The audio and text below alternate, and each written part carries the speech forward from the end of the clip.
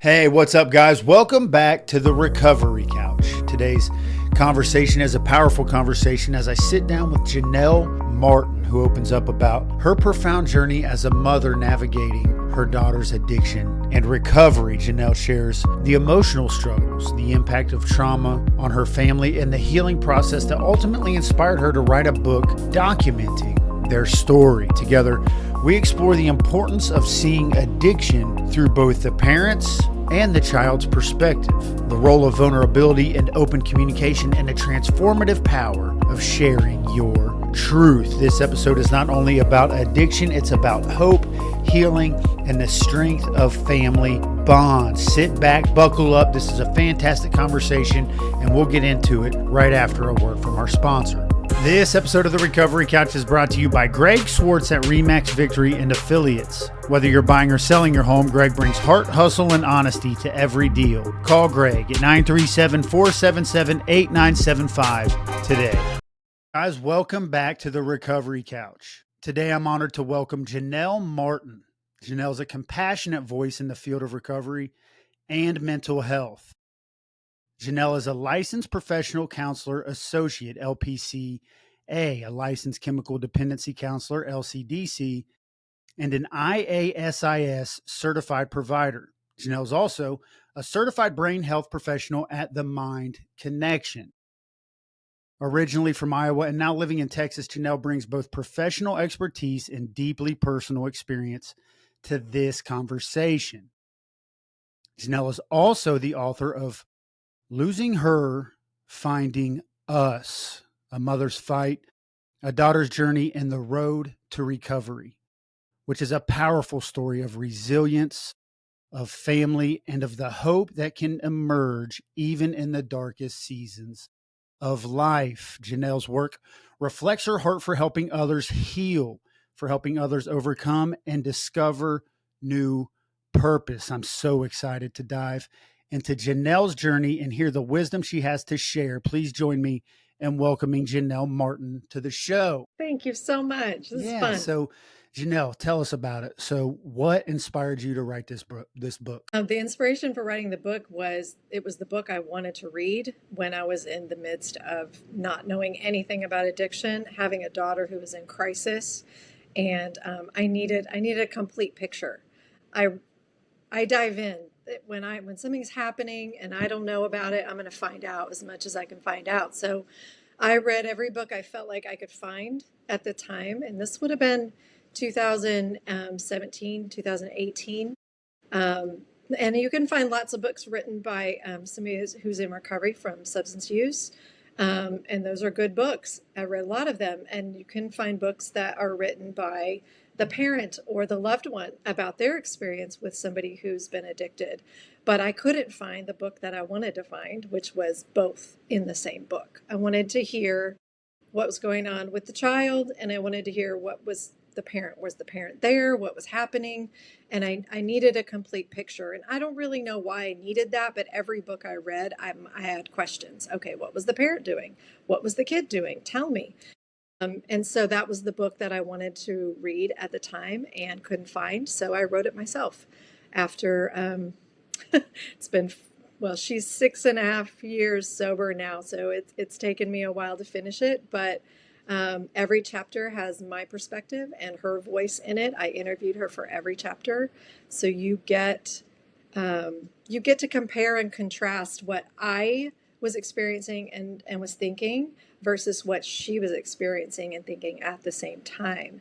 And I think that's what makes this book so powerful, is even for people who don't know anything about addiction or maybe haven't experienced it yet. And thank God if you haven't, because you're one of the lucky ones.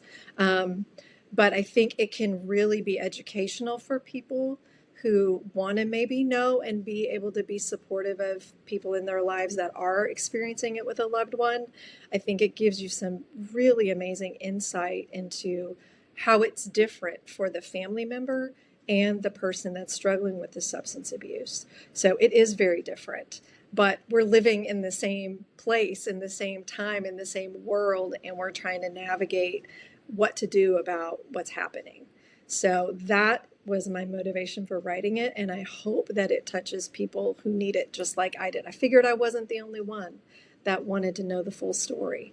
So I bared my soul in this book. It is a piece of my heart, and I know that it is a piece of my daughter's heart too. And that's pretty scary, but we did it for those people like us, for the people like me, the parents like me. I still work with parents to this day, in fact. Because it's devastating when your child is in crisis and you don't know what to do about it. Yeah. And so, how was she receptive to the idea of, hey, She came to me. We started this journey about 5 years ago, and she came to me separately. I had the idea to do a book where she wrote half of it and I wrote half of it, and we put it together.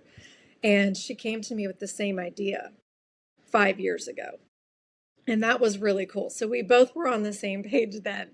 And so I went ahead and started writing, but I got to a point where it was kind of like I didn't know what was going to happen to it. I didn't know how to publish it. I'm not an author by trade, and all of that. So I kind of stopped writing it. I probably got about maybe 5 chapters in. I had completed, and she kind of attempted to write, but she doesn't consider herself a writer at all. So she struggled with, how am I going to get this story on paper? And then life just happened, and she, went to college, and I went back and got my master's degree, and a lot of things have happened in 5 years. But I got an opportunity to work with a publisher to finish this book. And she was said, Mom, I'm just too busy. I can't sit down and write. So I said, okay, I'll write it, and then I'm going to interview you.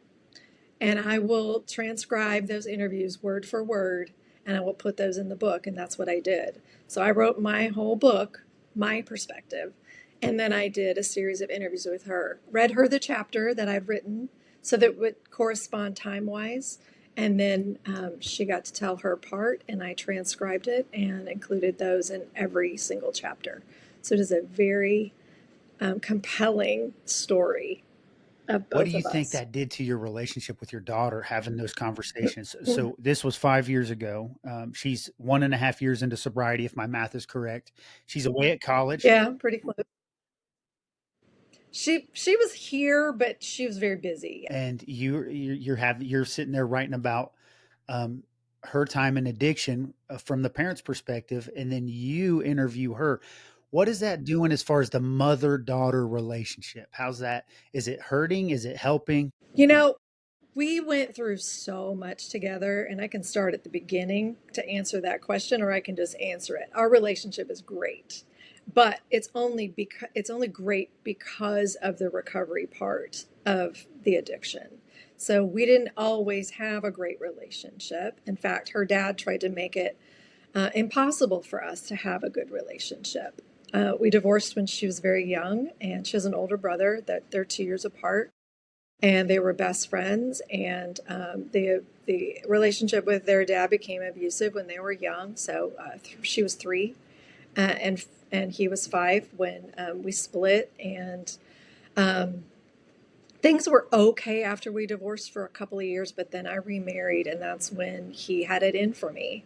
And he used our children to try to make my life miserable. And he succeeded in not making my life miserable so much, but he succeeded in making my children's lives miserable. So my son really bought into some of the things that he was doing and saying about me, and as effectively um, turned him from me. And we've been estranged now for 9 years since my son turned 18. So that's very difficult. But how it affected my daughter was different. She's a girl and he was a boy, so he wanted the approval of his dad. She did too, but she could not reconcile the things that he was saying and the things that he would do with what she actually experienced with mom. And so she was feeling like she was torn in half. And he tried to get custody of her brother when she was in 8th grade. She knew that he didn't want her and that she had nothing to do with it. It was always all about her brother. And that tore her even more. I mean, 8th grade is a very sensitive time. And she She could not understand why her dad didn't love her as much as he loved her brother and why this was happening. And I didn't have answers for her either because I can't tell you why somebody's doing what he's doing. But I also, my part of it was I didn't stand up for myself much. I tried to just not say anything negative, to be the bigger person, to do what I thought was right at the time. And I still think probably that was the right thing to do, but it very much confused her that we always had opposite um, sides of the same story, her dad and I. I would say something and he would say it happened the opposite. And so she never knew who to believe. And then she just started not liking anyone. She just thought everyone lied to her all the time. Nobody loved her, and she was collateral damage in the fight over her brother. And yes, so it's pretty devastating. And even before that, when she was like 5, 6 years old, maybe 4 or 5, I'm not 100% sure, and I don't think she is either. But when she would visit her dad after we had divorced, his neighbor had a son, a teenage son, who would sexually abuse her when she would go visit her dad. So that had happened, and we didn't know. She didn't tell anyone until she was in treatment for drug abuse years and years later. So there was that on top of everything that was happening with her dad in her home, her brother being, the main subject of a major fight of custody. And anyway, the custody dispute, he lost. The We had to hire an attorney for the kids. It was a terrifying, terrifying experience putting your children's lives in the hands of somebody you've never met before. But this man figured out what was happening, and he kept the children here with me and my husband, who had stepped in and done an amazing job being there for us and being there for them and getting involved in their lives, and their dad never was. But the damage had been done. By this time, her brother got mad at her because she was blamed for sabotaging their plan. And so now he was against her too. So when I hear that, not only do I hear a myriad of traumatic experiences, I also hear Yes. healing. And as an LCDC, as a professional counselor associate, I'm sure that you hear when you hear somebody talk about wounding, then the fact that they were willing to open up about it shows you that there's been healing. Typically people will bury or isolate those types of traumatic experiences. What did it take? How long did it take uh, for you guys to be able to have these discussions about how much damage that split, the mind games, the sexual trauma had all caused as far as trauma within your family? It wasn't until she was in treatment that we were able to have those conversations. I mean, things spiraled really quickly when she was in high school, and I didn't know what was going on. I had never been around drugs, so there just was not anything. When I knew she was suffering, I could tell. I just didn't think drugs. Like that was not a thing for me. So it took me a while to be clued in, and thank goodness for my husband. He's the stepdad, so he's a little less emotionally invested because they're not his children, but they are. And anyway, he saw and he was trying to tell me, thankfully, to clue me in. Like, there's really something wrong here. I think she's high. I think she's on drugs. I think, I didn't want to hear it. I didn't want to hear it. And ultimately, I ended up kicking her out of the house in the middle of her senior year and sending her to go live with her dad. Hardest thing I think I've ever done in my life I was already estranged from her brother. He left at 18 and cut me out of his life. And now I'm sending her to go live with the man who did that to my children. And um, anyway, it didn't last long. It didn't go well at dad's. He had never been a dad to her. He decided he was dad of the year. He's going to save her because I had messed her up so much. Now here was his chance to swoop in and save her. But 3 months later, She was in clear crisis. She was running away. He was fearful she was going to tell the police he'd done something to her that he hadn't done. It was incredibly frightening what was happening. So I got her into treatment. I had to find a treatment center, not knowing anything about treatment centers or Let me really ask you drugs. this, Janelle, before we get too Yeah, deep into that. So, at what point did you find out she was on drugs? Uh, that's a great story. I think God gave me what I needed at the time. So I kicked her out the middle of her senior year, which was literally January 1st, 2018.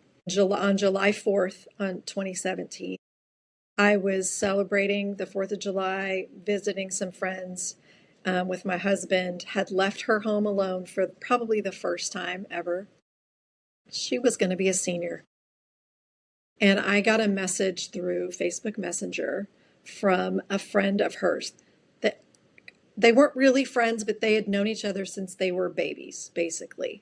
And this girl had reached out to me to tell me of her concern for my daughter's drug use, who she was hanging out with. And not only did she tell me what was going on, but she sent me a photo of my daughter using drugs. And had it not been for that photo, I don't know if I would have believed her. I don't know what my reaction would have been, but you cannot deny a what do you photo. do at that point when you see the evidence with your current husband? He wasn't there. It was just came to me. He had gone with the our friends flying. He had his pilot's license, so they were up flying. I was with the girls. We were about to lay out at the pool and just have a really relaxing day. And I get this message, and I look at it, and the bottom literally dropped out of my life. I could not believe what was happening. And I asked you that, And Janelle, because there was a lot of wisdom, and it had to be difficult for him to say, "I think she's on drugs." I'm a stepdad right now, and as a stepdad, that's a mm-hmm, difficult mm-hmm, conversation to propose to a biological parent. And then all of a yes. sudden, you have your doubts, and I'm sure that that was probably a difficult thing to receive from your husband. That Oh could my God. almost cause some serious rift. I was Yeah, I bet mad you at were. him. Really mad at him. Don't say that about Yeah, my kid. How dare you? especially when you know the type of trauma that has already been introduced into your daughter's life, and then you want me to go and propose the fact that I think you're on drugs, coming from stepdad, that's super difficult. Then you get the evidence, Yep. Yep. and you're at the Yep. pool with your friends, he's with his friends, but when you guys reconnect, what did that conversation look like? Was that hard for you to Well, go to him and be like, oh yeah. Oh yeah. It was really hard because I thought he was going to be so angry, and we had an hour drive home from there. So I really was afraid to tell him, and I because I didn't know how he was going to handle it. I didn't know if he was going to be really pissed at her, if he was I don't know. And I couldn't believe I was in shock, I think. Just shock. I didn't know what to do. Um, but his response was very calm and very reassuring. He said, it could be that she's just experimenting. It may not be that big of a deal. Let's have a conversation with her.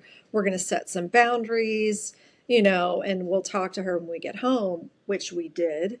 Um, and, looking back at that conversation, she never really said she wouldn't do drugs again. We just assumed that since we were having that conversation and she was busted, that she would, not do it. But she never said she wouldn't.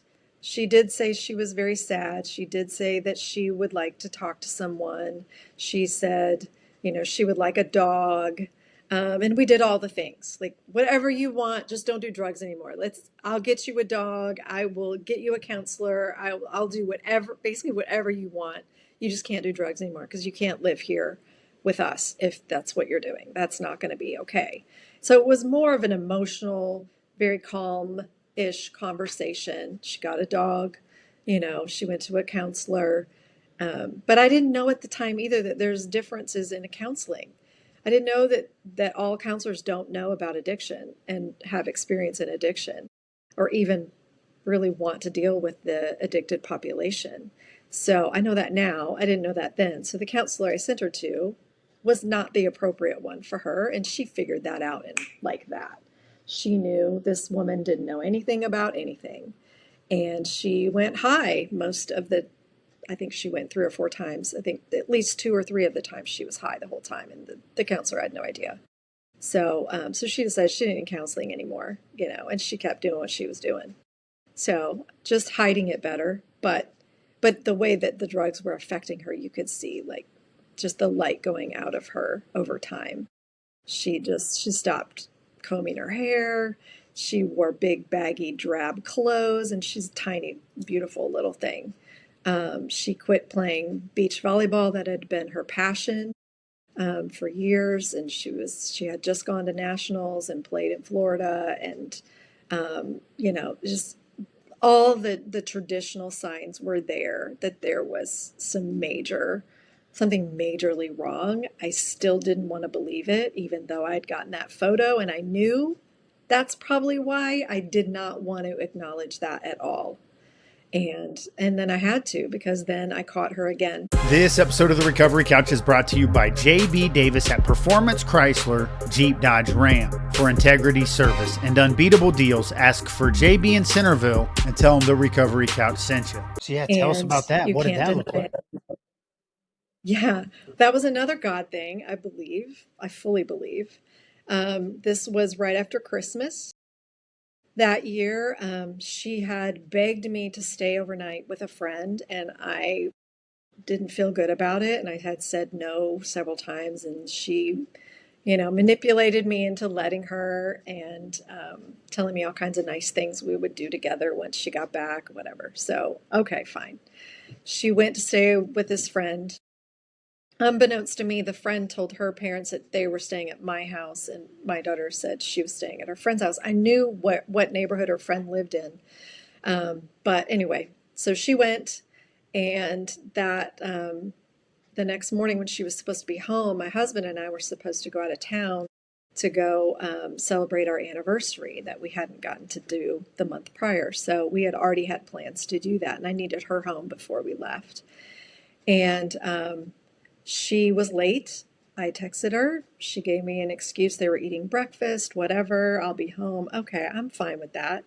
But I had to go get my oil changed before we left town, which this is so not normal, really. I just had to go get my oil changed. So that was on my list. So I get in the car and I go and I pull up and I to leave my subdivision. And my daughter has at the time, she had a very distinct car.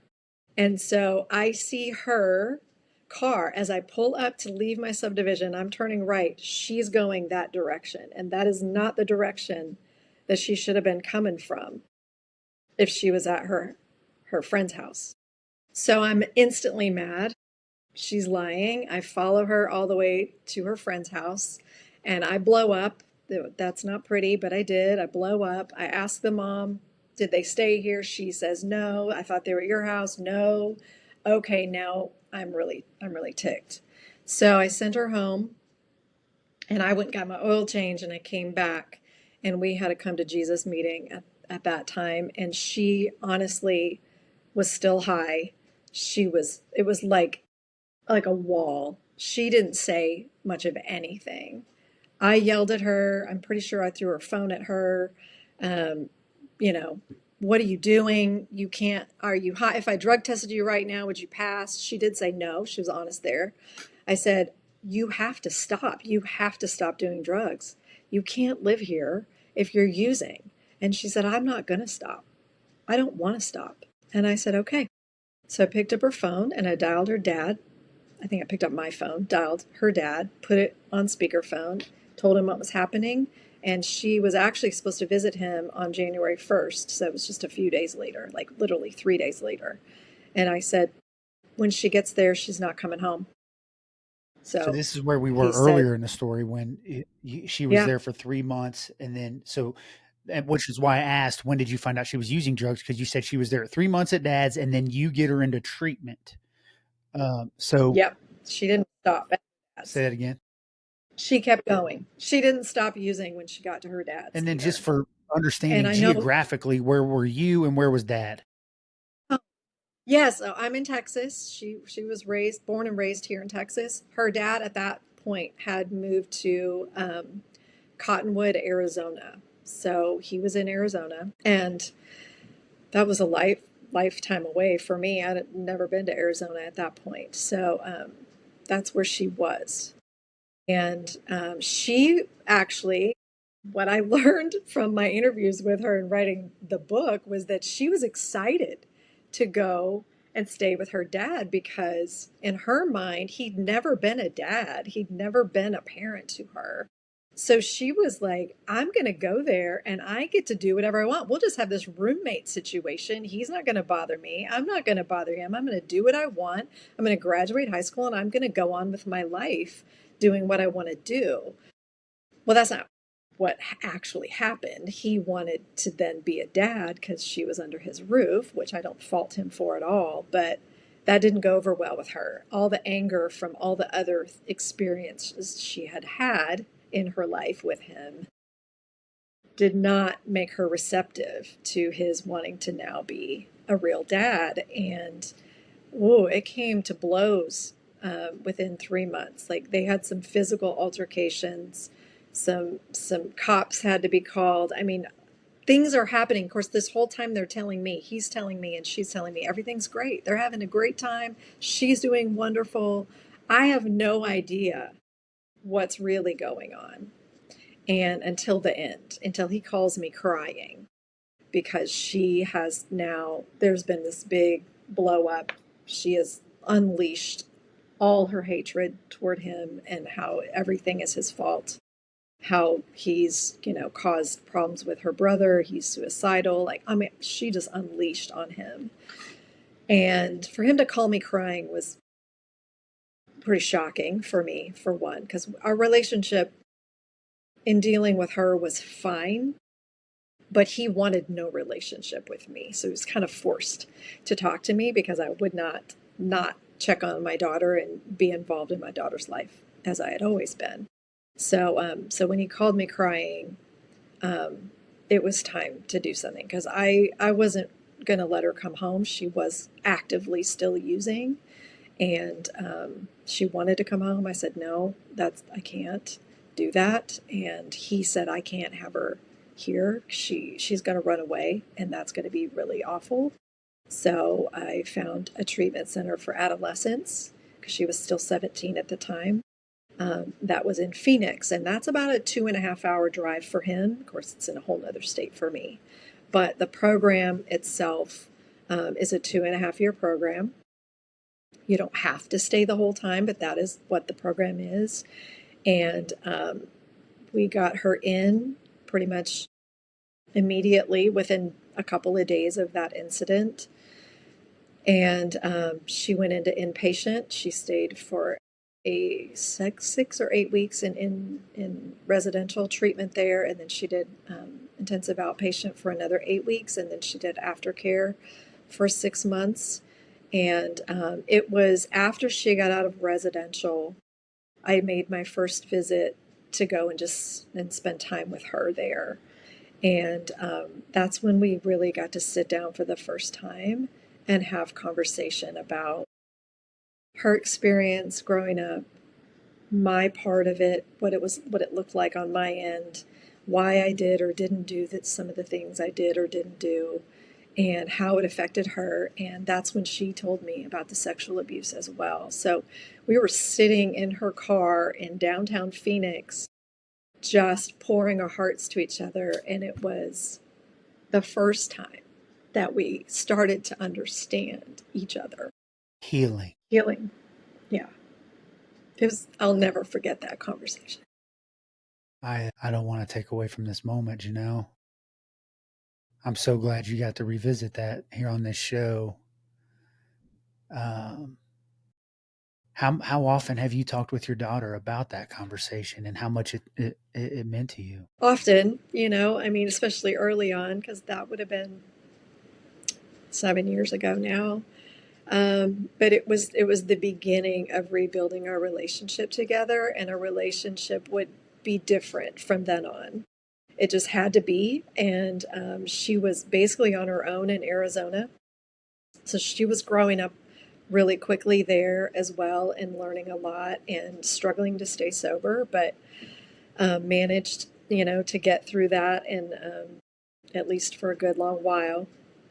I would go back periodically to spend time with her, which was so much fun. And I got to go and see her on her 18th birthday in September that year. And I would take her shopping and try to replace those ugly drab clothes. And we would have more conversation and just really start to relate with each other, less on a parent child basis and more of a, I guess, more of equals, me respecting her and her experiences and how those affected her and her doing the same for me. Um, Me being a parent at that time just didn't fit. She was already 18 by then and she had her own views of things, and that was okay. I needed to meet her where she was. So I dove into recovery too. I got a sponsor. I did the 12 steps. I wanted to be able to have intelligent conversation with her and understand what she was learning and how that affected her. And in doing the 12 steps on my own, I didn't realize how life changing that would be. Um, for anybody out there who has a loved one, do it. Get a sponsor, do the 12 steps. I think it will open your eyes to so many things. It's a way of life. It's not just for people in recovery, and that was a big step for me. And I know that she appreciated it so much that I dove in like that and tried to do my best to understand her. Janelle, what did you learn about yourself doing step work as a parent of an Oh addict gosh, or just yourself, period? just Yeah. myself. Period. Yeah, I learned so many things. I don't know how to describe it to somebody who hasn't done the steps. So, turning your life over to God. I thought I had done that a lot during the years, and I think that I tried to do that a lot. I think we all try to, but we do take our stuff back. We give it over and we take it back a lot. And God played a big role in my life in dealing with the extreme hurt of losing my son and all the attacks and then the addiction and all the things. So I was really deep in, doing Bible studies on my own at work and when I had free time. And so that was, but giving everything over to God is not an easy thing to do. And it's something that you have to continually work at and be conscious and intentional about. And so that's a big one. My resentments, Lord, looking at my resentments, looking at my own shortcomings and dealing with those and making amends to people that I needed to make amends to, um, and then living that out on a daily basis, right? Giving back and atoning for things when you've hurt someone or you've done something that didn't turn out to be maybe the best decision. Making sure that that person knows that you're sorry and that you didn't intend for it that to be that way. But it's a way of life. It really is. And so I had those conversations with my daughter. I apologized to her. I didn't do everything right. I would think I was a pretty good parent, but I wasn't perfect, and I didn't know how to deal with a lot of the things that we were dealing with. And so I'm winging it too. I'm doing the best I can, and it doesn't always turn out the way you intend for it to turn out. And so being real with her like that went a long way because you remember I said she thought nobody was honest with her. Nobody loved her. Nobody cared about her. And so when we were having those conversations, I mean, there was a lot of tears on both of our parts. She saw me broken and I let her because that was the truth. Yeah, and so when she felt like nobody loved or cared about her, she finally got to see it when you became vulnerable. That was how Hmm. she received it, and I can Yes. hear the emotion in you again, and thank you for sharing that, moment with us on here too, because those are the healing moments probably for you and her, where the broken hearts that we all have started to kind of mend a little bit, and that is just rich, Janelle. I'm glad that God had that in store for us in this episode. Thank you for sharing that. So, here you are in these beautiful moments, you and your daughter rebuilding this relationship through vulnerability, through honesty, through being real with each other, through you meeting her, having the wisdom to meet her where she is and say, hey, maybe it's not time for me to be a parent. Maybe it's time for me to be, an equal. And so all of this really, really wholesome, good stuff has taken place. And then somewhere you decide, like, hey, we need to document this journey. Take us there. Yeah. Okay. So she stayed in Arizona until January of the next year, so 2019. And she decided she wanted to move back home and start her life and move forward. So she was about 10 months sober at that time. She moved home. I went and got her. We drove that, I don't know, 20-hour drive from Phoenix, Arizona home, and everything was going to be great. She was cured. All of it was amazing. We had, a little bit delusional, yes, but still learning, right? We're still learning. And so she moves home and she quickly realizes that she has left all of her support in Arizona. And we were not proactive in figuring out what that looked like here. And so she relapsed about 3 weeks after she got home, and she went back out for a month and was gone. That was absolutely horrific. Um, and then when she came out of that, that's when she got serious. Her relapse scared her to death, of course, scared me to death, but she really shouldn't be here. She should have died in that during that time. But she didn't, and she decided she really wanted to be sober. And so we did get busy finding support. And through that experience, we started going to meetings together every week, and that was really fun and interesting. She for a kid, because she was still 18 at the time, she had so much wisdom in her that was really, you could not even imagine it looking at her. But hearing her talk in meetings and share her experiences and what her interpretation of them was just really amazing for me. So we were together a lot during that time, and I scheduled randomly. Well, let's go back. She hadn't finished high school yet either. So after her relapse, she went and got her GED, and then I gifted her with a senior pictures photo shoot. She'd never gotten to do any of that. So we took senior pictures, but we added recovery into it. So she had her monkey fist that she had gotten from her treatment center. She had her AA coins, and we incorporated that into her photo session. And she's really gorgeous. If you haven't seen her, she's gorgeous. But so the pictures turned out amazing. And I decided at the time I wanted to show them off, but I wanted to be honest about it. And I hadn't told very many people at all about our experience. Not many people knew where she was, that she had been addicted, that she'd been in treatment. I kept that pretty close because we don't have a lot of safe people to talk to about those things.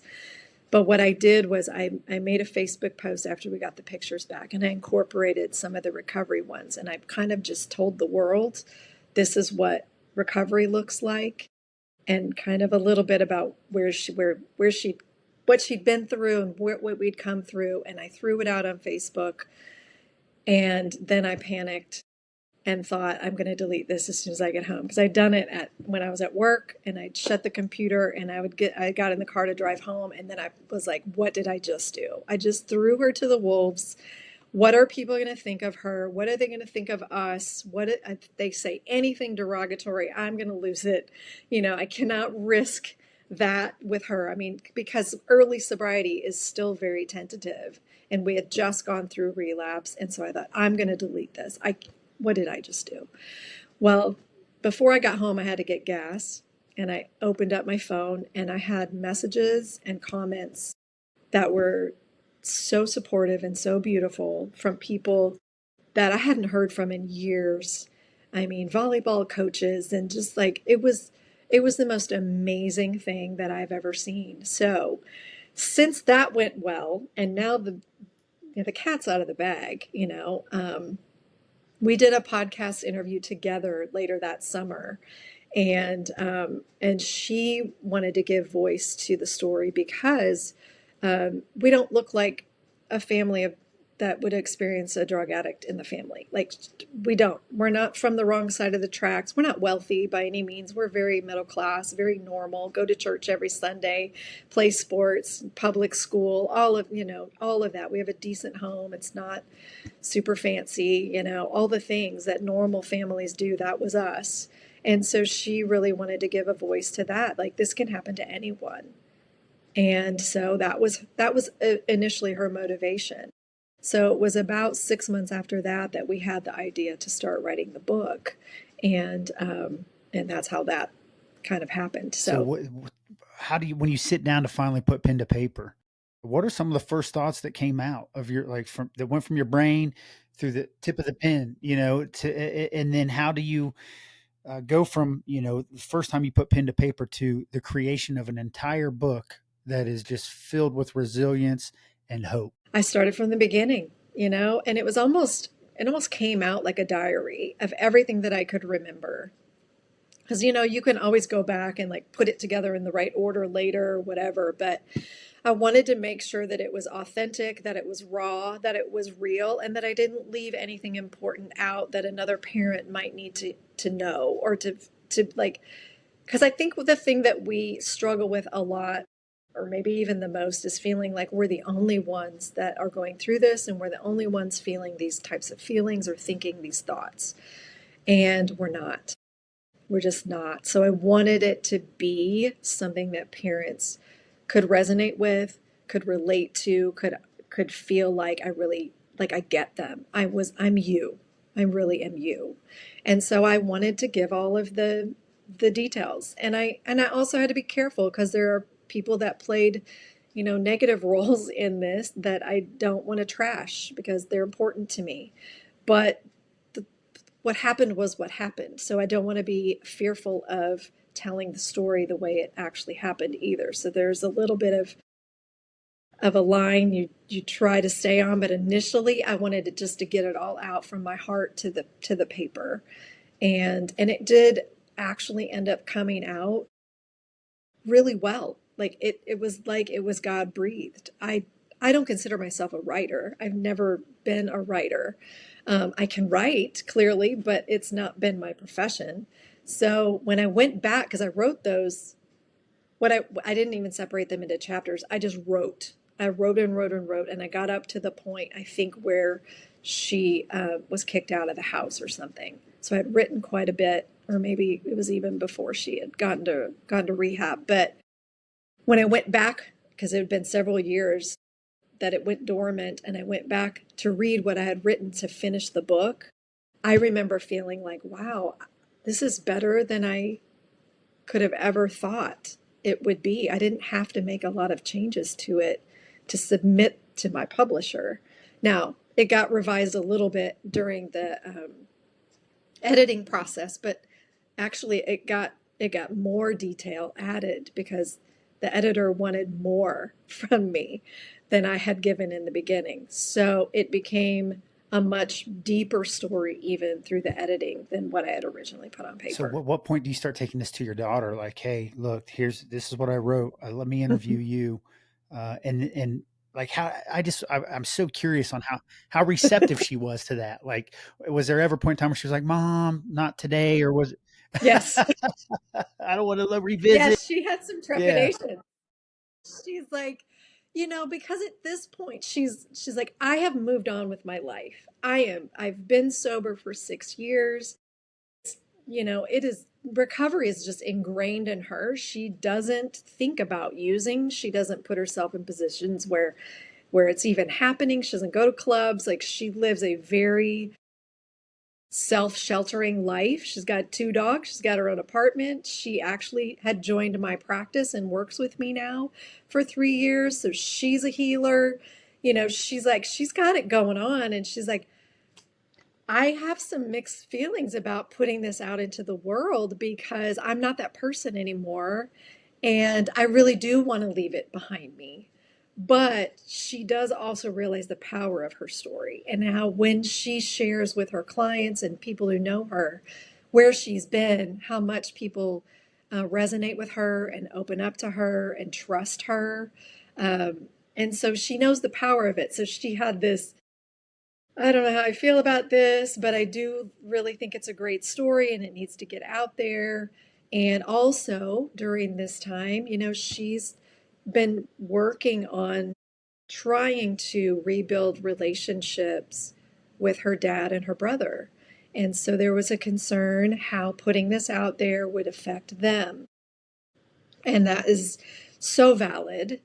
But at the same time, it's an important story, and she didn't want to take it away from me because I had such a passion for parents and for being one and needing this story that she would never have said, I don't want you to write it. And in fact, she didn't get to hear or see or read anything that I had written until those times I sat down and interviewed her. I read her the chapter, and the good news was every chapter I read her, she loved. Because I would ask her, is there anything you want me to take out? Is there anything you think I should change? What do you think? And she just, every chapter, she's like, Mom, oh my gosh, it's so good. Do you think that this book ever could have happened if it weren't for that conversation in Phoenix, Arizona, in her car? No. Definitely, definitely not. That's where it started. Yeah, What was your for sure. profession while she was in active addiction? So I've done a lot of things in my life. I was a fitness instructor.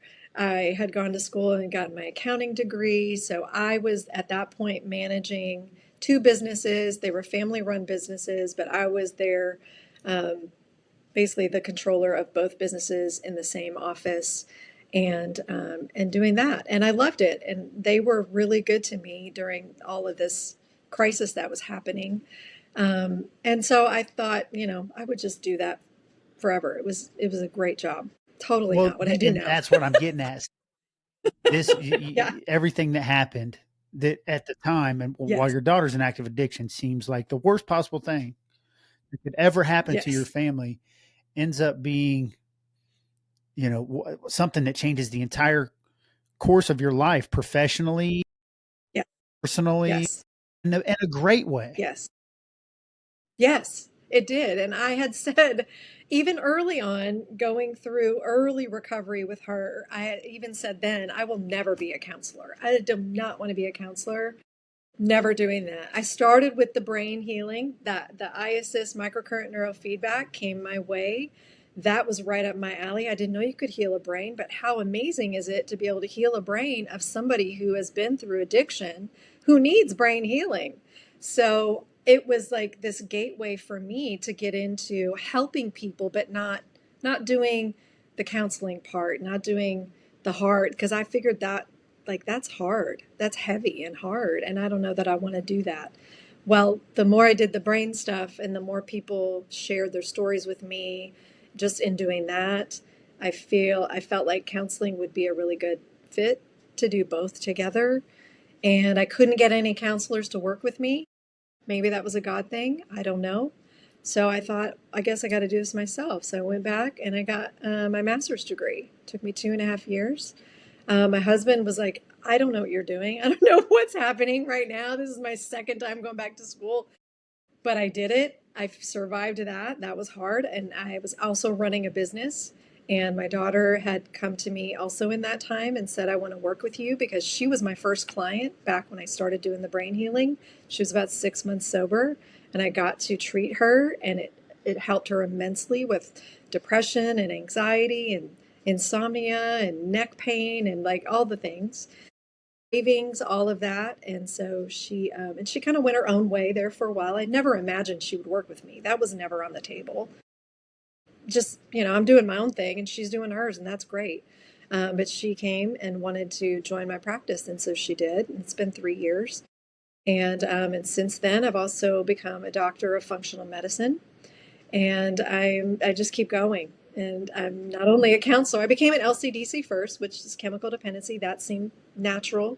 Had a lot of experience with that, and that was a little bit easier educationally to get. So I started there, and then I got my master's degree, and 6 years ago too, or maybe it's 7. I started Parents of Addicted Loved Ones support group meetings here in the Houston area. I brought those meetings here. I was the first one to bring them to Houston. And when I found out there was no support specifically for parents in Houston, I cried because support groups were life-saving for me during my daughter's time in rehab, and actually even for years after she got out of treatment, I still went to the parent meetings because I just needed it and loved it so much. I loved being in the room with people who were so amazing and dealing with such hard stuff just like me.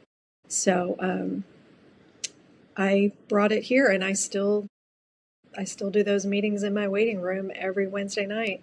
And every time I think I don't have time for this, I need to stop doing this, I go to a meeting or have a meeting, and it's so beautiful. I can't. So I just keep doing it. I'm just enamored by this journey. You go from one of the most painful pictures that any mother or parent could ever dream of being sent, their child doing drugs, to having a mental health and, you know, professional counseling office where you now employ the daughter who was the subject of that picture. And up here in Ohio, the common terminology is that turning your pain into your purpose. I'm sure you've probably heard that, and that is just that Yeah. summarizes your testimony and your daughter's testimony as well so well, Janelle. Yeah. So tell the listeners a little bit if they go pick up the book. All right, just a reminder, it's called "Losing Her, Finding Us." There it is, right there on the screen. Hey, It's a mother's fight, a look for the daughter's blue button. journey, and the road to recovery. Right. So when my Yes. listeners go and pick up your book, what can they expect to read? How detailed do you get about the addiction? Is it a good combination, a healthy combination of active addiction and recovery? Is it more focused on addiction? Is it more focused on recovery?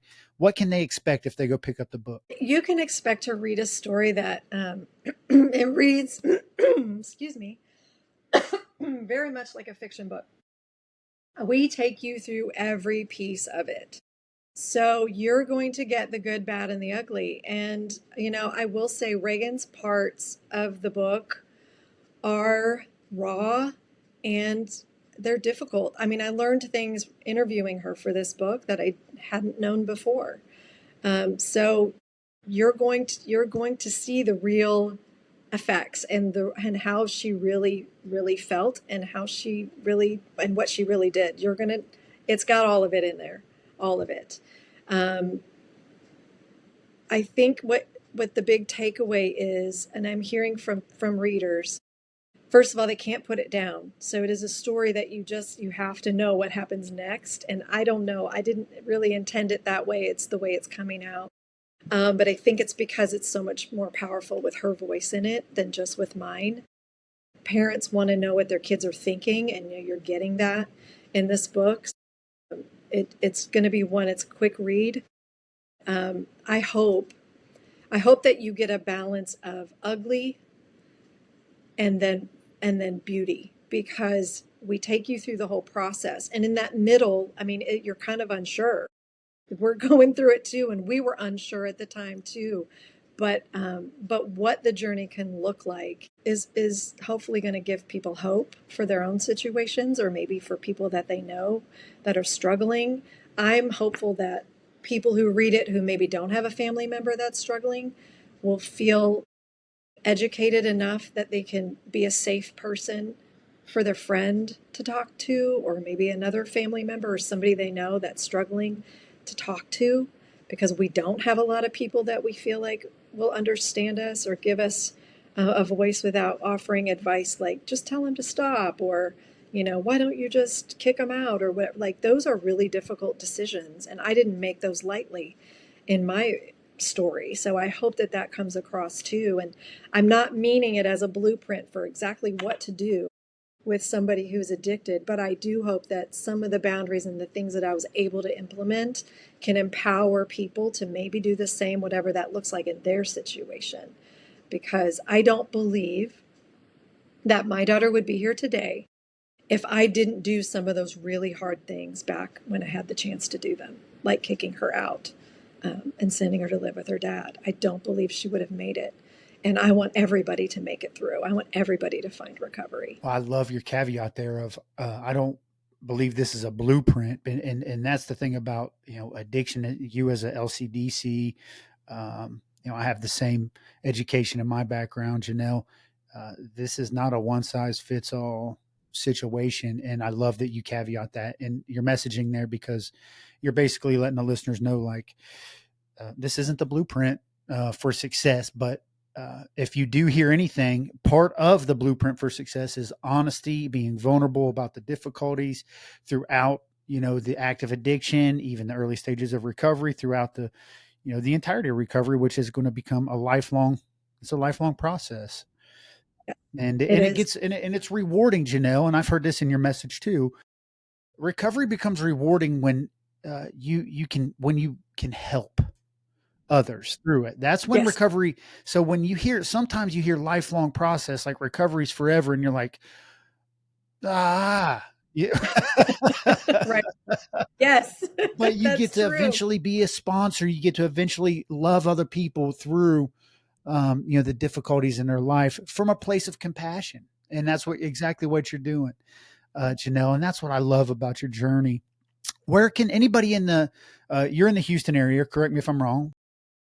Anybody in Yes. the Houston area that needs, that has a loved one, or maybe they're in active addiction, or maybe they're early stages of recovery that are looking for, chemical dependency counseling.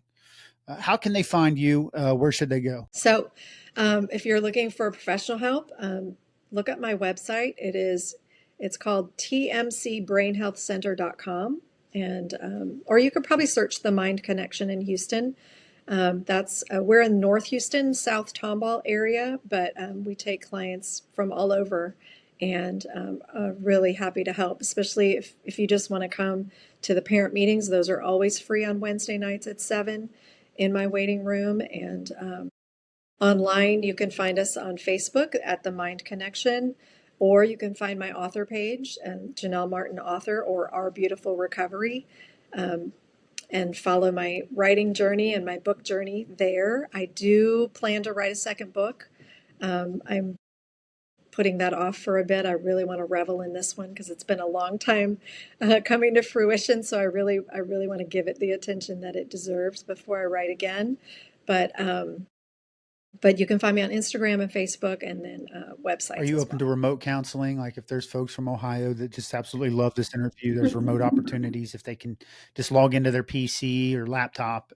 Uh, how would they do that? They could do that. I'm not licensed in Ohio or Gotcha. other states, so there is a licensing issue there. I really do prefer and really want to advocate for you to find a face to face counselor so that you can get the full experience of having somebody in the room with you. I prefer that. I work with most all of my clients one on one in person. And I like to implement the brain healing too, so that has to be done in person. So our business is mostly in person. But I will talk to Yeah. Well, and I anyone. advocate for that too. There's having heartfelt conversations. I feel like they can happen remotely, but they need to happen face to face. Nonverbal communication is. I think there's some statistic out there that says it's like 80 to 90% of all communication, and, Yes, and you need to be able to pick up on those cues. So I totally agree with you yes, there. Janelle, I want to thank you yes. so much. You're such a beautiful soul. I love that you and your daughter were just made the choice to become vulnerable because you're helping people like me and many others understand the power of honesty and some of the hardest parts of our lives to talk about. So it takes courage, takes bravery to be that honest, and I want you to know that I personally commend you both for doing that. Yeah, Thank my you. pleasure. Thank you so much. I hope you'll read Yeah, the book. please go check it out. Also, check out my book, Step Forward Journey Through Addiction. Pre sale copies are available now Yeah. through all Oh, good. retailers. And check us out also on Patreon, the Recovery Couch Inner Circle, if you want some live Q&As, behind the scenes content. And just always remember, until next time, that you always have a seat right here on the Recovery Couch. Janelle, thanks again. Thank you so much. True Story Media believes that your story matters. At True Story Media, we help you share your story through podcasting, consulting, coaching, and more. Whether you're building a brand, launching a podcast, or finding your voice, we'll guide you every step of the way. Learn more at www.recoverycouch.com. Wow, that was Janelle Martin on the Recovery Couch, reminding us that recovery is not a solitary journey, but one that affects and can ultimately heal entire families. From the shock of discovery to the hard conversations in treatment to rebuilding trust through honesty and vulnerability, Janelle's story offers both education and encouragement for parents walking a similar path. Janelle's message is clear. Support systems matter. Trauma has to be acknowledged, and recovery is a lifelong process that can lead to helping other people. I hope today's conversation brought you perspective and hope. I'd like to thank you for listening, and remember, go check out my book, Step Forward Journey Through Addiction. It's a similar story to Janelle Martin's, but it's only through the lens of my eyes when I was in my time in active addiction. Also, join us on the Recovery Couch Inner Circle, where you can get behind-the-scenes content, live Q&As, plus more. And remember, you always have a seat right here on the Recovery Couch.